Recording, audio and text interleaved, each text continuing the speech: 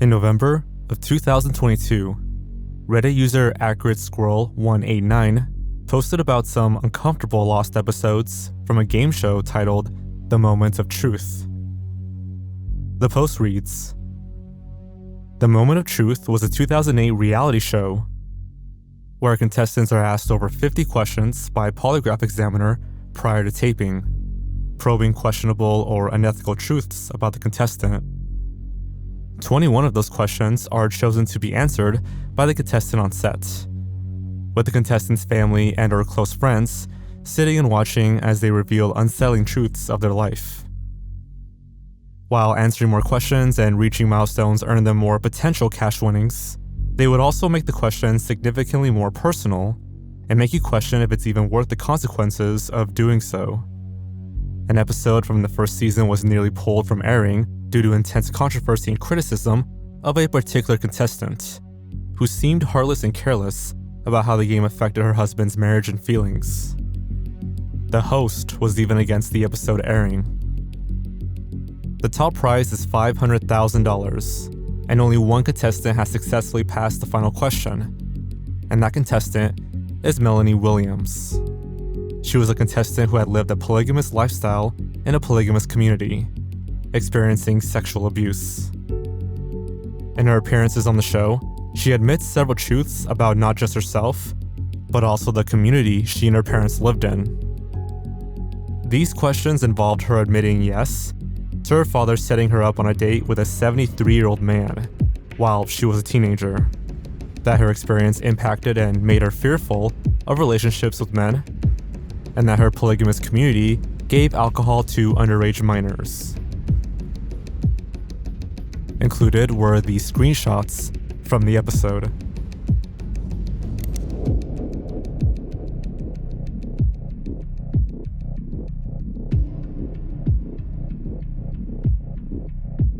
While Season 1 is available to watch on YouTube, Seasons 2 and 3 were unaired. Only partial amounts of Season 2 are available online on the now inactive YouTube channel Lighthearted Productions, which supposedly has ties to the show. A majority of her appearance, which was Season 2, Episode 9, is lost.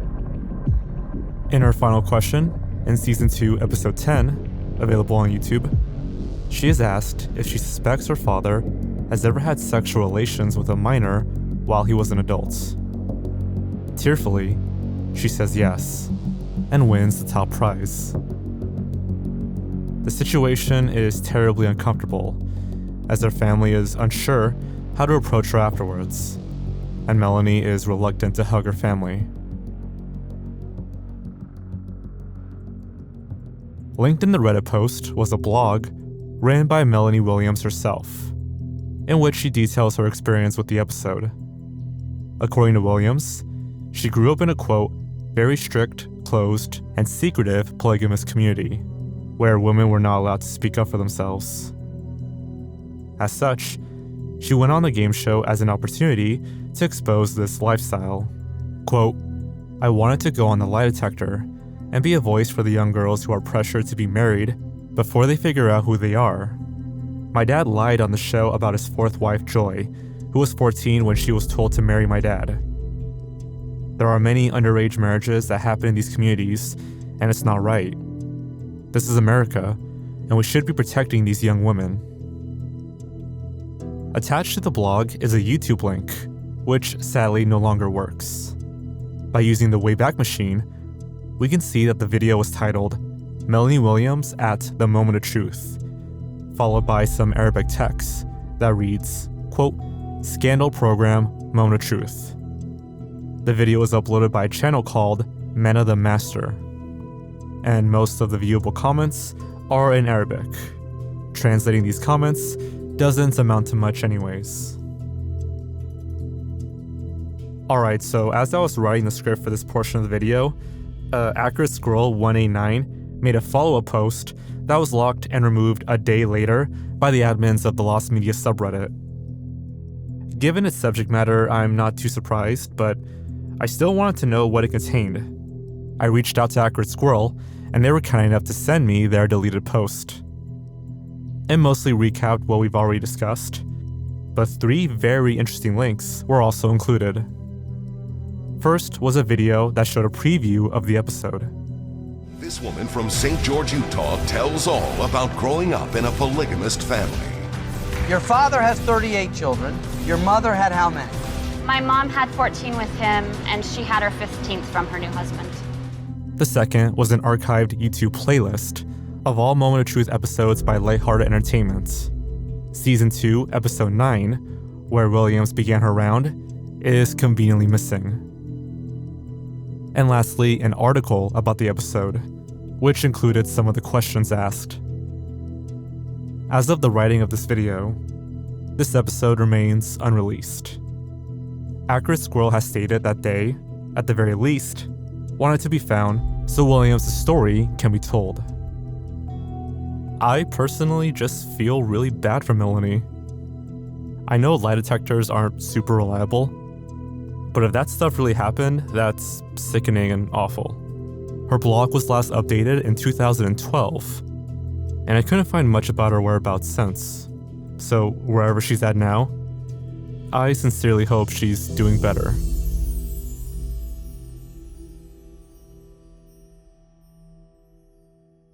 Lost media from other parts of the world are always tricky to talk about, but in the case of this missing TV episode, there are so many interesting and ominous aspects to this mystery that I had to include it.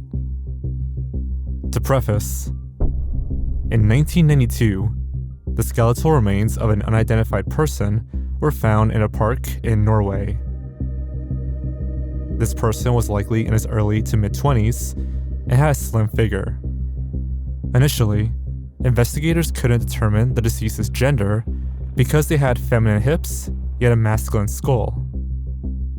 In 2022, modern analysis concluded that this person was most likely a male. Where this gets interesting are the items that were found near the body.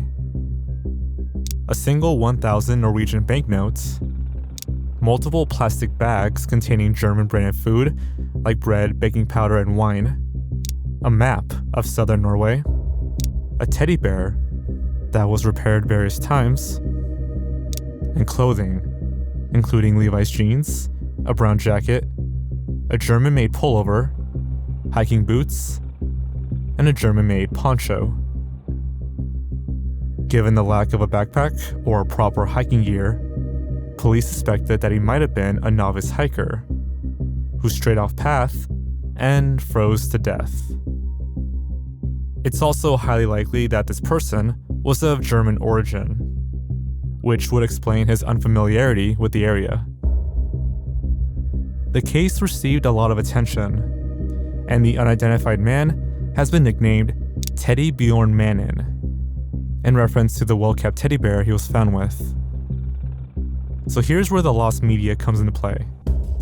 In the spring of 2022, a Norwegian TV show called Asted Nordga aired a special about this case. The program covered unsolved mysteries and true crime cases. And in this episode, a German man actually came forward with a lead. According to this person, they recalled viewing an episode from the German talk show Fliege in 1998, in which a female guest talked about how her son went missing in Norway. If true, this could actually identify Teddy Bjorn Mannen and bring closure to his family. The only problem is that this episode cannot be found. Not only could Fliege's host not recall such an episode, but the TV station searched through their archives and found nothing. This mystery became popular online, and since then, tons of theories have been offered. Unsurprisingly, there are some who believe the German person either fabricated the story or is misremembering which TV show he saw from. This was over 20 years ago, after all. Some people believe that the host might be misremembering, as the show had over 2,000 episodes. But if the TV station did truly look through its archives and found nothing, I think this is unlikely. Again, the language barrier makes this piece difficult to research. If any of the 3 Germans who happen to be watching this know any information, or better yet, have footage of this episode, feel free to post a comment or reach out.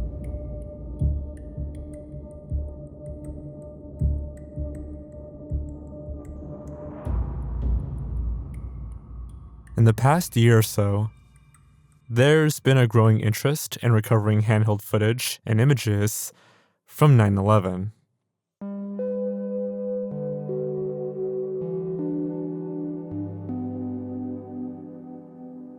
I'm sure it's for historical or archival purposes, but there's definitely some morbid curiosity involved.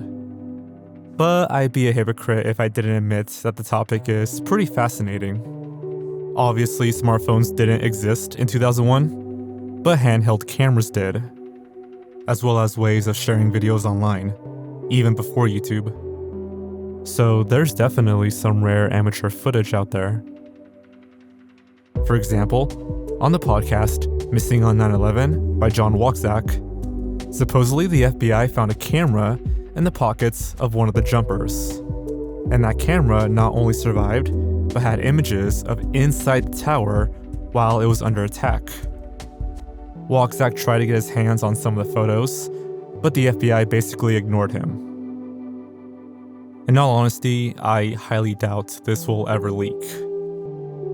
Also recently, someone actually recovered new footage of the first plane hitting the towers.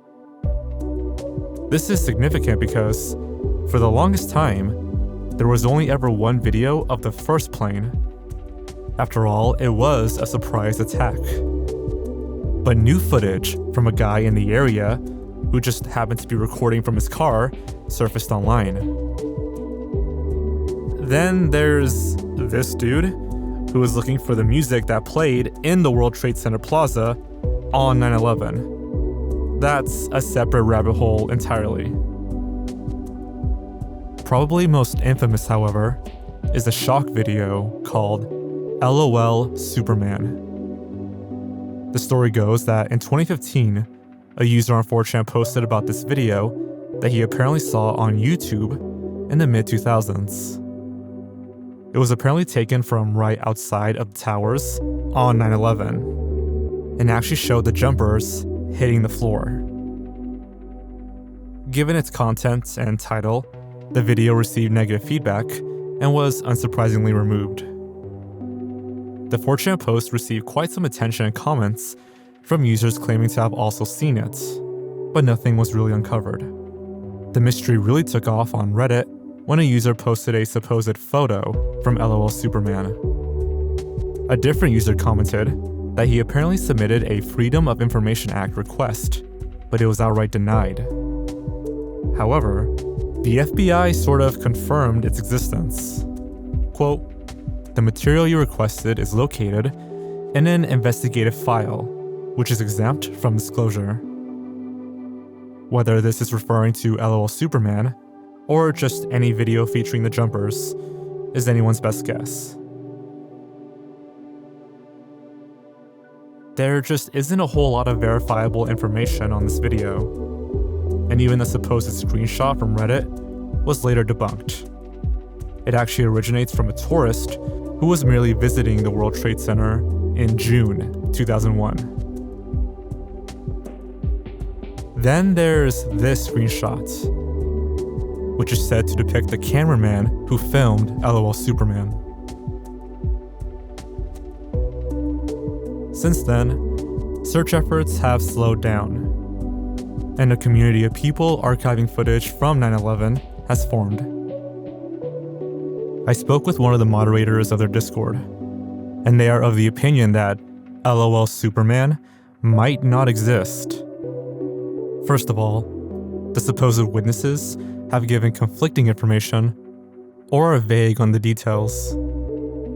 Second, back in the mid-2000s, there were a ton of edgy videos of the jumpers with music and stuff that were mass removed once YouTube became more regulated.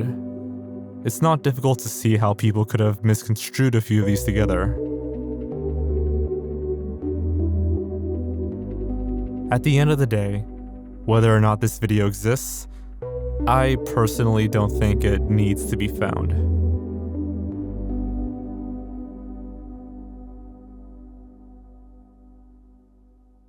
Well, after that last entry, I think we need a little palate cleanser. And that's where today's sponsor, Manscaped, comes into play. Last month, I spoke of their Lawnmower 4.0 hair trimmer, which is still a fantastic product that I use and recommend. But today, I also want to talk about two more products that are also on sale. First, the Body Buffer, which is a handheld exfoliator to help clean up and rejuvenate your skin. Then there's the Body Wash, made with aloe vera and sea salt. Fantastic ingredients that are also really good for your skin. So go to manscaped.com/Jorge20, that's JORGE20, to get 20% off your purchase and free shipping. If nothing else, I think this makes for a great gift for Father's Day coming up. And if you opt into their Buff Bundle, you actually get 2 bottles of Manscaped's Ultra Premium Body Wash included. Again, go to manscaped.com/Jorge20 for 20% off your purchase and free shipping. Thanks to Manscaped for sponsoring this video.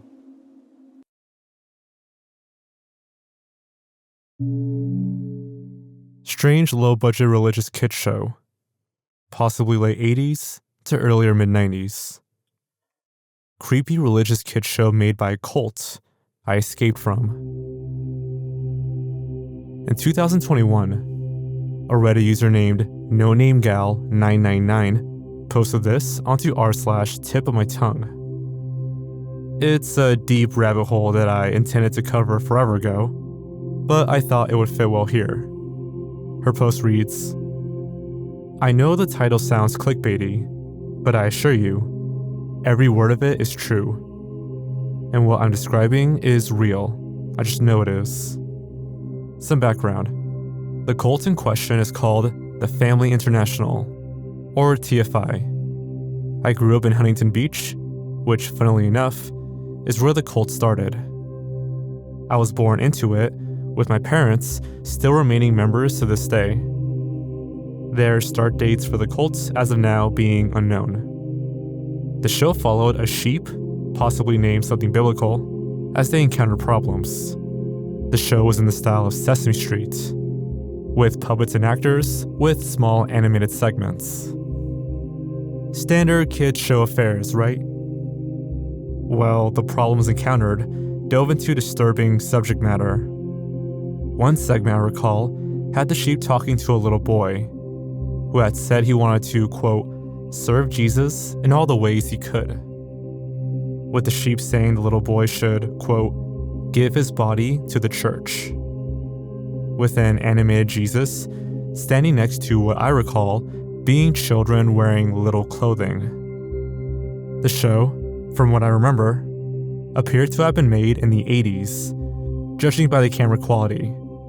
But I grew up in the 90s and saw these at only 4 years old, so that puts us at 1994 for my earliest recollection of it.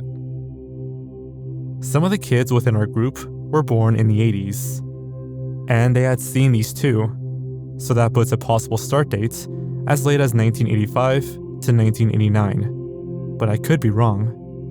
The show came on VHS, and we had hundreds stored away on church property. If these proves the existence of hundreds of episodes, or just means there are multiple copies of the same episode, is unknown. Information is likely scarce for 2 reasons. Either it's been scrubbed to save reputation, or it was produced by the cult with no release outside it, so obviously no documentation. I also believe that the actress who voiced Sheep was a gospel singer who sang in numerous videos for the cult dating back to the 70s, which also leads me to believe it may have had musical segments. Children within the cult may have also been used for the production as well. I intend to update as new information is found, and I thank anyone who takes the time to read and help the search.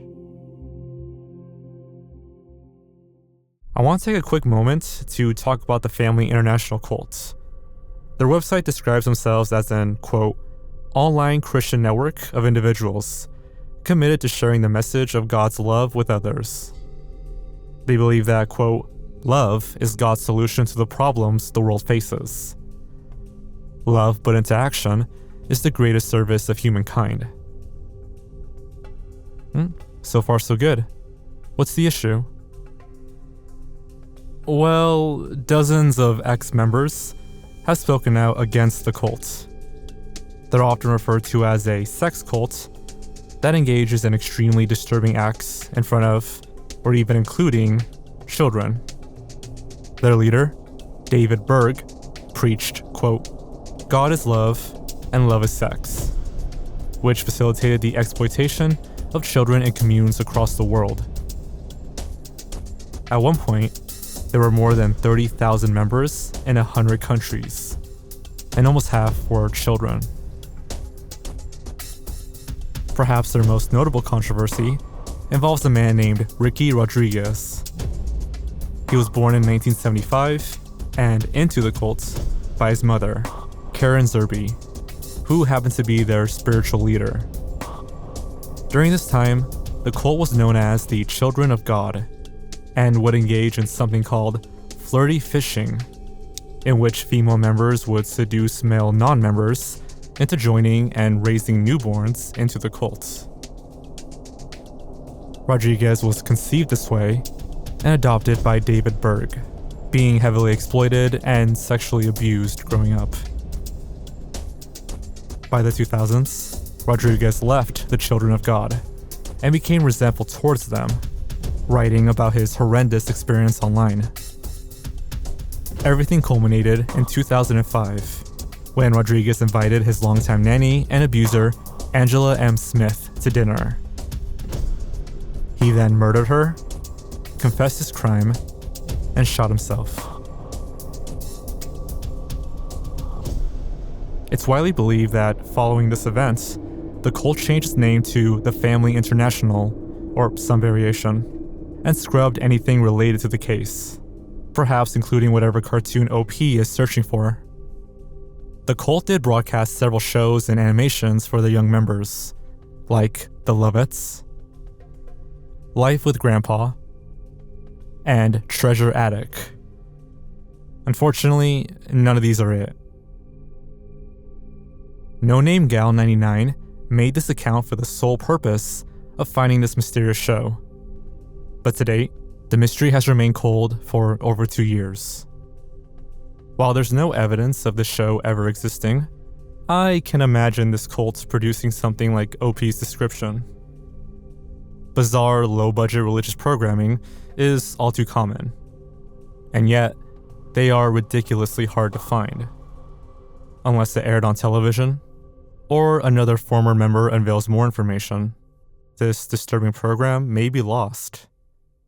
Forever.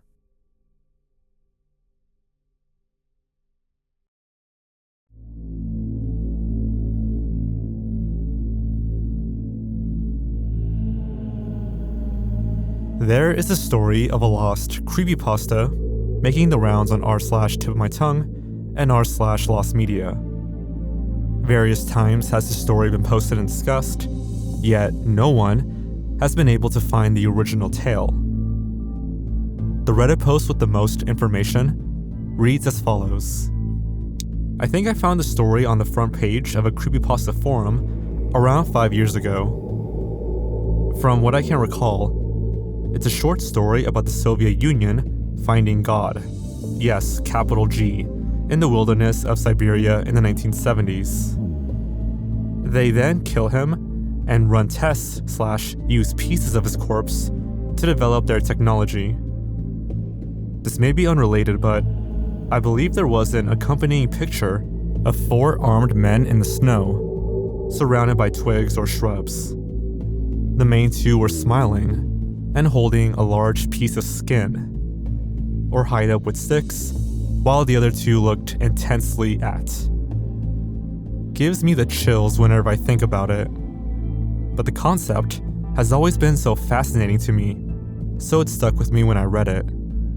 If anyone has any idea, please help me solve this. Been thinking about it for some time now. Edit. Here is a Photoshop job I just did of what I recall the image to look like. I remember a big emphasis on the lens flare in the original image, if that helps anybody. Edit 2. So, the above image I created for the sake of the investigation has been matched to a real one, and it is the one I remember. However, it's a very real, pretty graphic, historically significant photo of a cannibalized soldier in World War II, and is by no means specific to our dead god hunt. There's a chance the creator used the image in tandem with the creepypasta, just for spook factor, and that's where I remember it from. But it turns out that it isn't at all where the image originated from. A 4chan and Reddit post from 2014, which is 9 years ago now, can also be found, but they're mostly barren. One Redditor, user The Merminator, was able to trace the story back to the late 2000s. They also found a Tumblr blog from 2017 that listed the story under Lost Creepypastas, and a page from Genius.com about the history of SCPs. Towards the bottom, the pasta is briefly mentioned. Quote, GOC was inspired by a pasta that was roaming around TG or X at the time about how Nietzsche was wrong. God wasn't dead. At least, not when he wrote that. The entity that called itself YHWH didn't die until the late 50s, destroyed by the Russian army.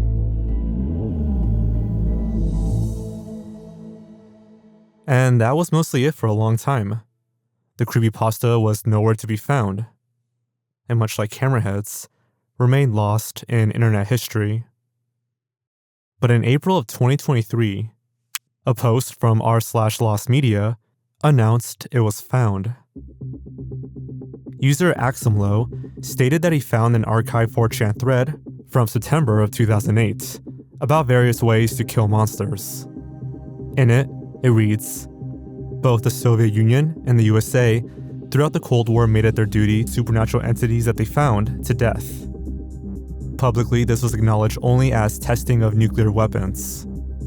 Nietzsche was wrong when he claimed that God was dead. The Soviet Union didn't put Yahweh to death till October 30th, 1961 for crimes against humanity. The leadership of both governments today, though, has fallen under their thrall again, and it is unclear who now will stand against them. User Axumlo also noticed that the earliest edit of the SCP history page, which references this pasta, is December of 2008. So the timeline would fit perfectly. So, mystery solved, right? Some think so, others don't. That's not it, Chief. I've read the original story back in 2010, and the post you found is just a summary of the plots. Keep looking. I also remember reading it earlier, and don't think it's this one. I remember it specifically being the Red Army and the part about how God abandoned us. Other things I remember. The whole discovery was accidental. They were originally looking to find God, and had speculated that, due to the nature of the world, he had abandoned humanity. It was a scientist who made the discovery of what happened. The Red Army were the ones behind the killing during one of the world wars and covered it up. It ended with a monologue by the scientist who discovered what had happened. And it was something like, we had already found him, God is dead, and we killed him. I seem to remember it being related to translating something. There is a lot of disagreements over whether this truly counts as being found. The first post we looked at had way more detail than the 4chan comments. Perhaps this inspired the actual creepypasta, which, if true, means that it is indeed still lost. Something that Axumlo himself admits might be the case. But considering how Cameraheads was also thought to be an expansive ARG with images and documents and ended up not being that, maybe people are misremembering. There are other creepypastas like the Russian Sleep Experiment or Gateway to the Mind with similar elements to this pasta. What are your thoughts? Let me know in the comments below. Thanks for watching, and I'll catch you next time. Take care.